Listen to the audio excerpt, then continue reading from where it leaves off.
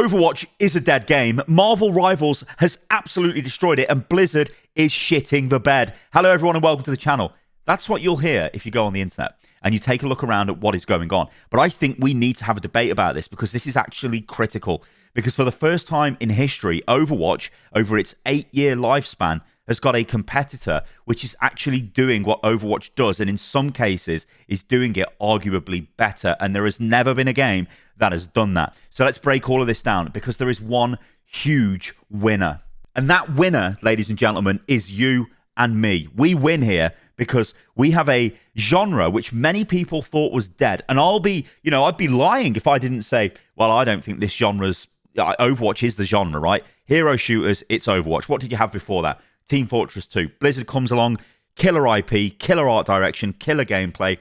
Everybody, and their uncle knows who the Overwatch heroes are at that time anyway. They probably don't now. And it was like taking over the world. It just became this like cultural phenomenon. It was absolutely insane.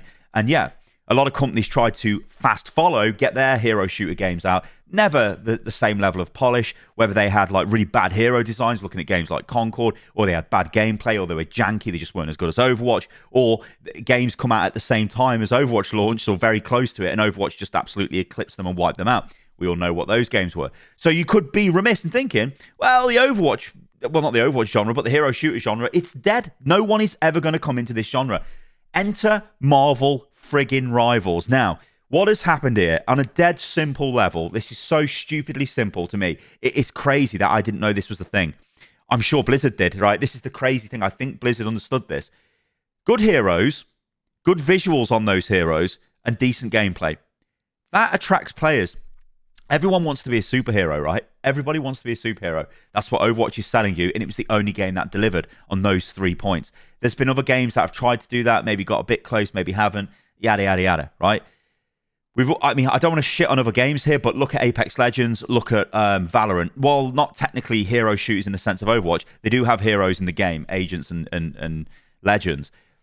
Their designs are trash compared to Overwatch, right? They're all right. Don't get me wrong. They're not crap. They're not Concord level, nowhere near. That's like bottom of the barrel. They're like mid-tier, whatever. Overwatch is at the top, right? Even on things like skins, Overwatch was always seen as the top. Visual design, great, whatever.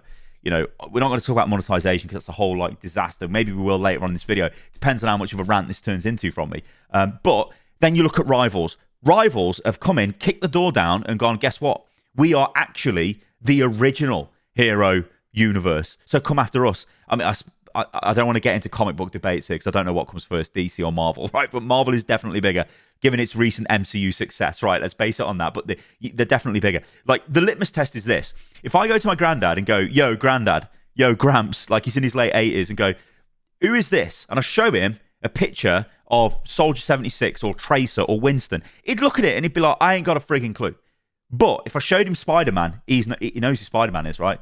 And also, by DC extension, he would know who Superman is and Batman, right? But we're keeping this Marvel. He'd know who Iron Man was, right? He would know who the Hulk is. He knows these characters because they have been around since he has been around, right? This is an incredibly powerful IP. So what do you need to do if you're going to develop a hero shooter based on them? You need to show the players the heroes in the game, so you go third person, and you have like an insane art direction that looks like they've jumped out of the comic books and come to life. And the visual fidelity on the characters is absolutely top tier. So now you've got Overwatch and their versus Marvel Rivals, and it's no longer a case of, Overwatch is just the best hero shooter with hero designs. It's like, wait a minute, Rivals designs are actually insane. And it's like, oh God, you have got direct competition there.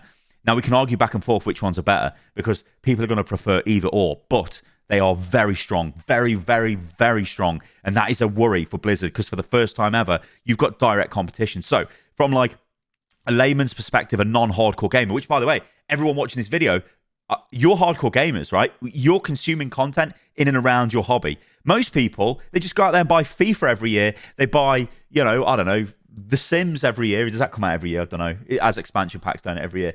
Or COD every year, right? And they just get on with it and they play it. Well, Overwatch had cracked that years ago where people were just buying Overwatch and playing it. Anyway, we're in this world of Overwatch 2 now. So what the hell is going on with Blizzard? Well, let's break all of this down because I think this is super interesting. So this is SteamDB. Now, disclaimer to begin with, people who just go to SteamDB and go, look at these figures, this game's alive, this game's dead, and all this shit. It is like the most insane basic take I've ever seen in my life, because this doesn't give you the whole picture. There are bits of info we can take from it, and this is why I want to highlight it in this segment of the video, because it does highlight some bits and pieces. So this is the weekly chart of Marvel Rivals. Look at that chart. Look at this thing. Look at it. It's level. I don't care what these numbers say. There's a peak, there's a trough, there's a peak, there's a trough, there's a peak, there's a trough. This isn't decline. This is stabilization. This is the biggest worry for a game like Overwatch, that they're actually seeing a competitor stabilize and not just drop off with player-based numbers, because this could have happened. We know what gamers are like in this day and age. It's very difficult to keep them like connected to your game, keep them engaged with your game, because there's so many other games out there. And, you know, we can talk about Overwatch and say, you know what? Overwatch has got that massive sunken cost fallacy. We've played it for years. You've got all of the skins. You've got this, you've got that. But has the game done enough to keep you wanting to come back and play it as the main game when you've got other competitors out there, not like Rivals, which is free to play just like Overwatch 2. You can download that and start playing that, and you start investing your time. And this is the big issue with these games. When you start investing your time in another game, you start to become apathetic to, let's say, Overwatch, and you just don't care. That's a problem. I'm a content creator, so I can kind of, I think I can say this. I'm just going to say it anyway. You look around at other content creators, especially ones that were focused on Overwatch, like completely focused on Overwatch. I think like for my history, yeah, for a number of years, I just made Overwatch videos nonstop. Over the last like 12 months or so, I've started to change. I've started to look at Helldivers. Yeah, I was still dropping in and making the odd Overwatch video. I was making other types of videos on topics that enjoy, you know, like pique my interest, that I thought would bring enjoyment to people for me to make videos on. So I was branching out, I was moving away. Marvel Rivals comes out. Yeah, I'm really enjoying it. It reminds me of the old Overwatch days, discovering and learning a lot of things. It's really cool. But I look at endemic and like current Overwatch creators that all they do is make Overwatch content, streaming videos, shorts. They're just making Rivals content. And I'm like, shit, if I was Blizzard, I'm looking at that thinking, you know what? We're starting to lose our... By the way, I'm not saying you need these content creators, because I know people out there going, well, Star, we don't give a shit. We don't watch these content creators. You even just told us, like, people watching content creator videos are perceived as a hardcore audience. So who even cares? But what I'm saying is it's like an indicator of where things are going, where if your main creators are starting to really branch away, then by extension, your player base in some degree will start to do that as well. It's almost like, it's not to say it's the canary in the coal mine, but it's a thing of like, aha, they've actually now got another thing they can look at. Whereas before, you know, and I've done this in the past. Actually, Concord's a good example. They pay you to make videos, so you just think, well, okay, fuck it, let's make the video. I don't care. You know, obviously, you're not going to give any kind of critical analysis. You're not going to give reviews. You're just going to go, here's the game. What do you think of it, guys? I've been paid to make this video. Off you go. You take the money and run. Marvel Rivals, yeah, I know they've got influencer campaigns and whatever they've been doing, but it's not about that. It's about the organic growth of the content, and I think the moving over of other content creators, or, you know, I'm not talking they're completely dropping Overwatch, these creators that we're speaking of. I won't name them. You guys know who they are. They're all the major Overwatch creators, but they are weaving this content into their, into their streams, into their videos, into their shorts, and all of that. I think one thing as well, which I noticed, is when the Winter Wonderland event came out for Overwatch, a number of main streamers for Overwatch were actually just streaming Marvel Rivals, which I thought was quite bad, because you've got to think again, you've got this whole like subgenre of streamers that are drops focused. So they're like, yeah, drops are on, drops are on. Streamers love it because it boosts their numbers, it boosts people subscribing to the channel and all of that. So they generally go for it. But given the decision between Rivals and Overwatch, and granted they both had drops active, you could see what they were doing. They were going to Rivals because probably Rivals was more popular at the time. And also, they were probably enjoying Marvel Rivals as well. And again, the fatigue comes into this, right? If you're making videos and content for years and years, you might want to try something new. And yeah, it is interesting though. But I think that is a little bit of a worrying thing for Blizzard when you see your content creator base start moving away. Now, there'll probably be a reaction to this. Do you know what? We'll probably get a support a creator code in Overwatch. And then everyone will be back making Overwatch videos. Although maybe Rivals will drop one of those. We'll have to wait and see. Okay, so come back to SteamDB. We want to look at Overwatch here, and we want to look at Marvel Rivals. So, again, this is used as a completely idiotic example of Overwatch is dead. It has been friggin' annihilated. It's been nuked. It's been destroyed. It's been blown to smithereens. Look at the numbers. They're ridiculous. Even at this hour of the day, there's 204,000 people literally playing Rivals, and there's what, 26,000? There's 10 times the players effectively on this game, on Rivals, right? It's all over for Overwatch. The thing is, this isn't really true because there's some data points on this which I think are quite interesting. So the blue line at the bottom, I know this is kind of hard to see, but the blue line at the bottom, as I'm very quickly going over it, is quite stable. Now, this is your daily players, right, over a month period. This is quite good. Again, we could change this to 3-month period and you see the same sort of thing. You see these little peaks for Overwatch when it adds like a new hero and things like that. It's stable on Steam, right? It's going to sit at around 40,000 peak players every day. That's just what the game does. It just sits there. That's fine, right? It had some lower lows when Marvel Rivals came out, but then they still went back to this level. So really, has there been that much of an impact on the Steam player base on Overwatch? I don't know. Now, remember, Overwatch is also available on Battle.net, which we don't have the figures to. I do not play Overwatch on Steam. I play on Battle.net, and I'm sure most PC players play on Battle.net, because why would you swap to Steam unless, you know, all your friends are on Steam or whatever? It's just whatever. Like, it's almost like a pointless change. Then you've got the consoles, right? But here's the thing. I think Rivals is probably smashing Overwatch on consoles at the moment. It's smashing it to pieces on Steam. It's on Epic Game Store, which it will be smashing Overwatch on because it's not even on. So Overwatch is just like, what? Got Battle.net, and then it's got, you know, the consoles. I don't think, like, I think it is fair to say that Overwatch is being smashed at the moment with concurrent play numbers for Marvel Rivals, and it's gonna, but like, has it? Okay, how am I trying to say this? Basically, what I'm trying to say is, Rivals has got more players right now. I would gamble and I would bet that it easily has got more players than Overwatch. But Overwatch's numbers are still fairly, they haven't just tanked, they haven't collapsed, they're still fairly level. So it's like, are they actually Overwatch players that's moved over? Or, and crucially, this is the point I want to make about Overwatch 2. Overwatch 2 was designed to capture players who didn't play Overwatch, right?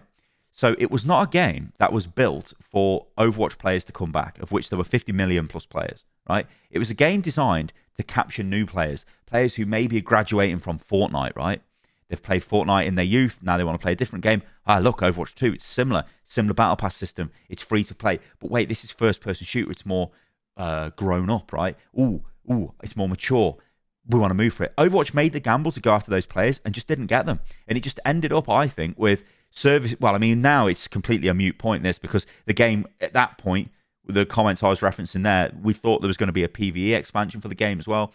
Or Overwatch 2 was going to be PvE and blah, blah, blah. None of that even happened. So we're basically, right now, the irony is, we're back to the state of literally Overwatch 1. In fact, they're even testing 6v6 right now. But we're back to the state of Overwatch 1 with new content. But wait, it's just got a battle pass and a store, so we've called it Overwatch 2. That's basically what we're dealing with now. So it's almost like they've attempted to capture a new audience, didn't get it, and now they're just sitting with the audience, the remnants of the audience they've got. However, to bring you back to this chart, you look at Marvel Rivals and go, shit, they've got so many more players here. Where have they come from? Are they capturing them from other games? Yeah, they're pulling them from Overwatch, but they're capturing them from other games. I think they are capturing them from the Fortnites of this world and games of a similar ilk. And again, I think it's because of the strength of the IP, and it's really pulling people over. And I think people are really like resonating with this game, and they're shocked by its quality. I think, like, for me personally, I'm super shocked by the quality of the game.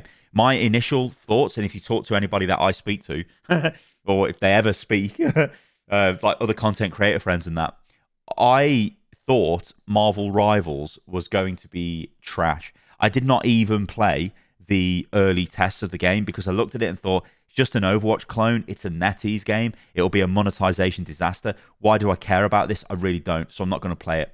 Then I started to watch content, and I thought, you know what? This looks like the character designs look really cool. I wonder if this actually is playable. And then, as you guys know, when the game launched, that was the first time I played it on its actual launch, and I was like, shit, this is actually doing everything that it needs to do in a really slick and dynamic way, and this is really resonating with me. And I'm like, I don't even know how many hours I've played now. I'm just, you know, how many videos I've made on it. I feel like I'm going into that early days of Overwatch, and I feel like a lot of people have got that same feeling as well. And again, that's attracting people to this game. It's crazy. It's honestly really crazy. By the way, I'll tell you something. This is something Overwatch is absolutely unmatched on. This merchandise, this is from 2016. Look at the quality of that. It goes through my dishwasher. Like, I literally use this every day. It's not even, there's no color warping on it. There's no, like, this hasn't peeled off. This is actually insane quality, Blizzard. Okay, we need to talk about what Blizzard are doing here, because they are screwed in a lot of ways, because for the first time ever, they have got a competitor that is killing their bloody content creator base. It is becoming the sort of... it's the game people are talking about when it comes to hero shooters, right? It's not... people ain't talking about Overwatch. I mean, Overwatch is being used in the sense of like, oh my God, you've been killed. I know for years and years, gamers always go on about like, what's the Overwatch killer? What's the bloody WoW killer and all this? And the great joke has been, well, they kill the South. That's what will happen. WoW arguably did kill itself, but it's sort of coming out of that hole. Overwatch has slapped itself stupid because it hasn't delighted. I'm sure the VPs and God knows what in the product department like that. We need to delight and reward our players by giving them new monetization options and new ways to buy new mythic skins that they can't quite get enough currency for in the battle pass, but they can buy directly. Oh, you go, fuck off. Anyway, this, right? Let's talk about this, right? So this is, I think, the first of the reactions from Blizzard. So this is the blog which goes over the Winter Wonderland, right? Again, Winter Wonderland doesn't bring anything new to the table. It's just Winter Wonderland with the same stuff that we've had year on year. But it does bring new skins, because that's the way this game makes money. Very expensive skins and loads of them, flooding everyone with skins. But there is one shocking thing here. Yeah, the 6v6 experiments out, whatever. Again, trying to tantalize old players. In fact, well, I'll just throw this out here. We're going to get onto the director's take in a sec, because this is Overwatch talking about what it's going to do next year. And they're going to change comp, which probably means they're going to add hero bans, because hero bans have been added to OWCS, which is their esports scene. And that was confirmed the other week. I think actually the other day, maybe. Obviously, Marvel Rivals has got hero bans. And are they going to bring back 6v6 permanently? Who knows? Interesting stuff in it. But we'll get onto that in a second, because we need to go back to this, right? So, yeah, these Winter Brawls, we actually don't care. Like, whatever. These are all the same ones we've seen for years. All this, like, challenges, stuff. I mean, I never really have cared for this, whatever. This, though, this is where things get spicy. So, look at this, right? You can earn these rewards, and they're free. There are 3 free skins in this event. It's the first time Blizzard have ever done this, because look at this. That there is a recolor of an Echo skin. So, we've seen that before. It's a recolor. Recolors are the worst, like, habit these free-to-play games have got, especially Overwatch. It's terrible for this. But look at this Cassidy skin and this Widow skin. I mean, they're $26 skins, eh? Or $20, whatever the hell they charge for the skins. But they're free. You just need to play the game and you'll get them. This is them actually, technically, giving away a lot of money to players, because they're not actually charging them for these skins. Is this a reaction to Marvel Rivals? Is this saying, actually, our winter event is more compelling because you can get free skins, which we class as the highest value item in our game? So you can see things are starting to change. Obviously promoting a Mercy skin, yada, yada, yada. There is also the Avatar collab, which again, I'm not a target audience for that, so I don't really care. But the Kiriko skin in that event is actually cheaper than a legendary skin normally is. And it's an epic skin, and it looks like an epic skin, I'll be honest, because they've only changed the hair a little bit. But the epic skin... for Kiriko and these collabs, they usually charge legendary prices for. So they're even making Kiriko skins slightly cheaper. That's probably the nuclear option, because I'm sure Kiriko sells the most skins, up there with Juno and Mercy and you know who else. So yeah, this is a reaction from Blizzard already. There is another reaction though, so let's take a look at that. So this is the director take blog, which I'll be honest is probably the worst director's take blog I've seen for a while. It doesn't even include any information, really. It could have been 3 bullet points. I don't know what this is about. It's like, oh, thanks, guys, for playing our game. We appreciate you, yada, yada, and whatever. It doesn't really... There's no spice. But what it does say is some info on Hazard, which is fine. A bit of a comment on the way on console is a bit harder to play because he's got a leap mechanic, which is, you know, cool bit of info.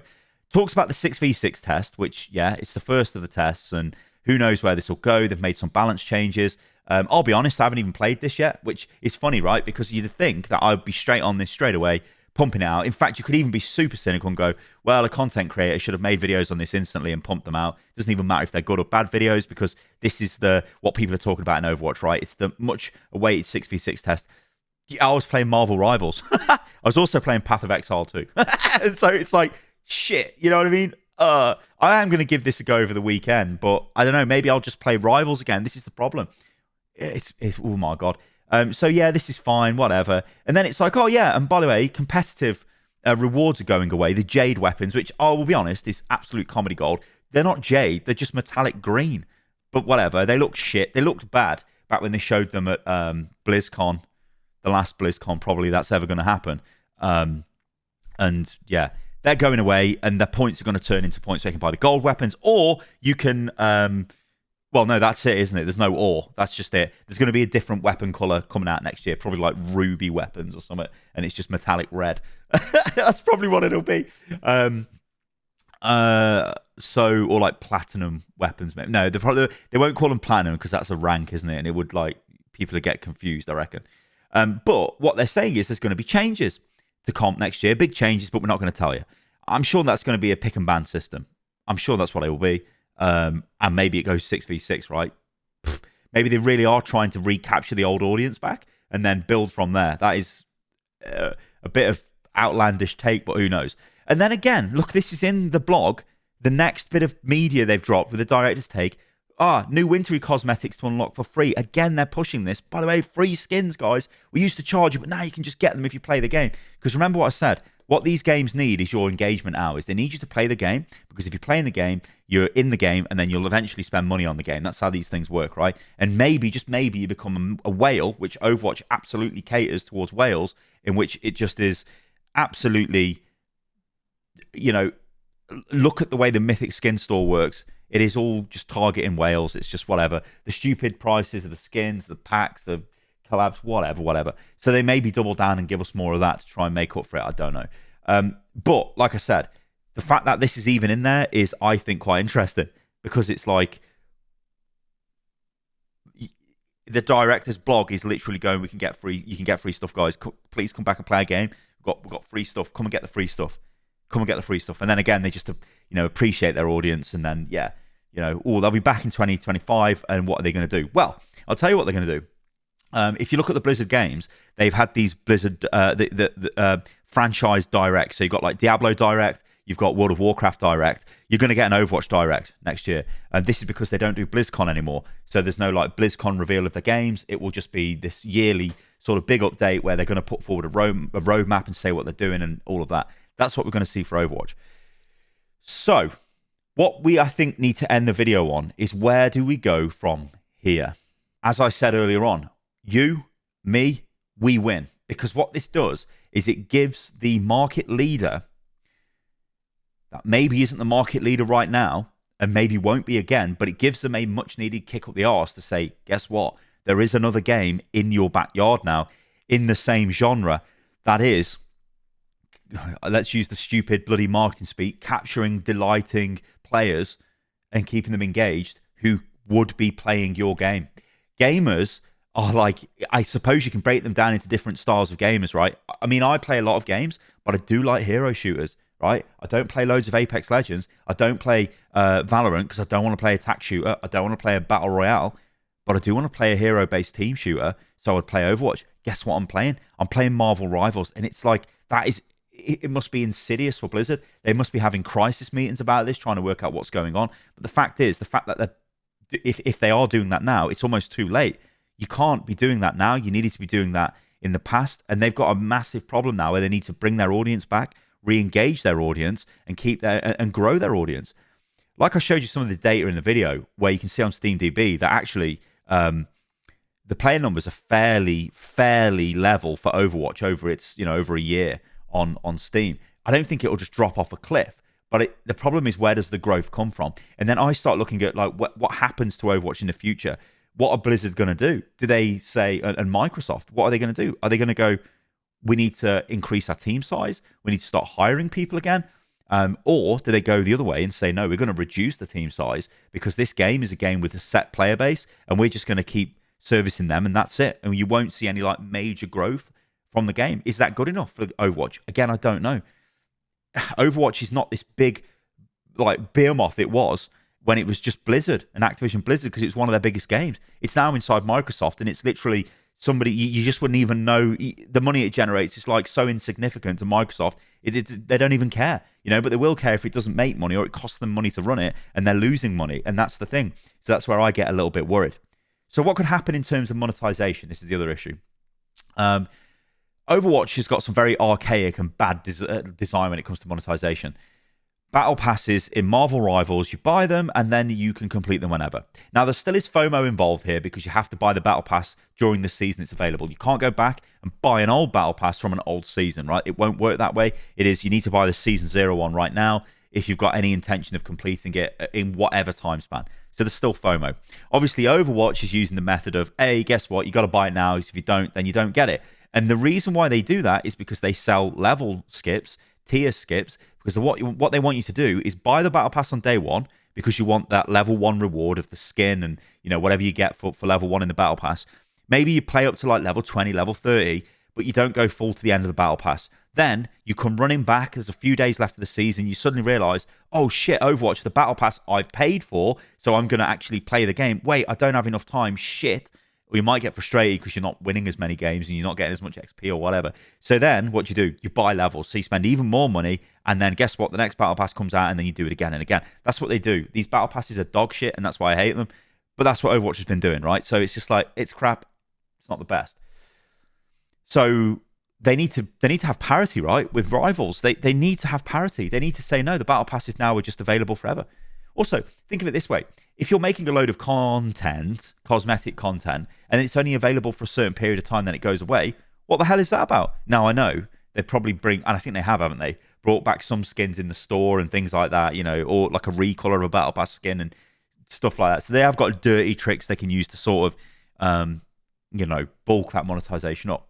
The other thing is just a straight up price drop. Now, Rivals is expensive. It's kind of similar to Overwatch with the skin prices. But maybe Overwatch wants to be more competitive, so starts dropping the prices of its store items. That could be one thing. More content as well, more free skins, more reasons to play the game. There's a lot they can do. But I do think it is an interesting time for the hero shooter genre, and I think it's a very interesting time for Overwatch fans because, I mean, this is like hyperbolic in the extreme, but I can imagine for years it's just been at Blizzard.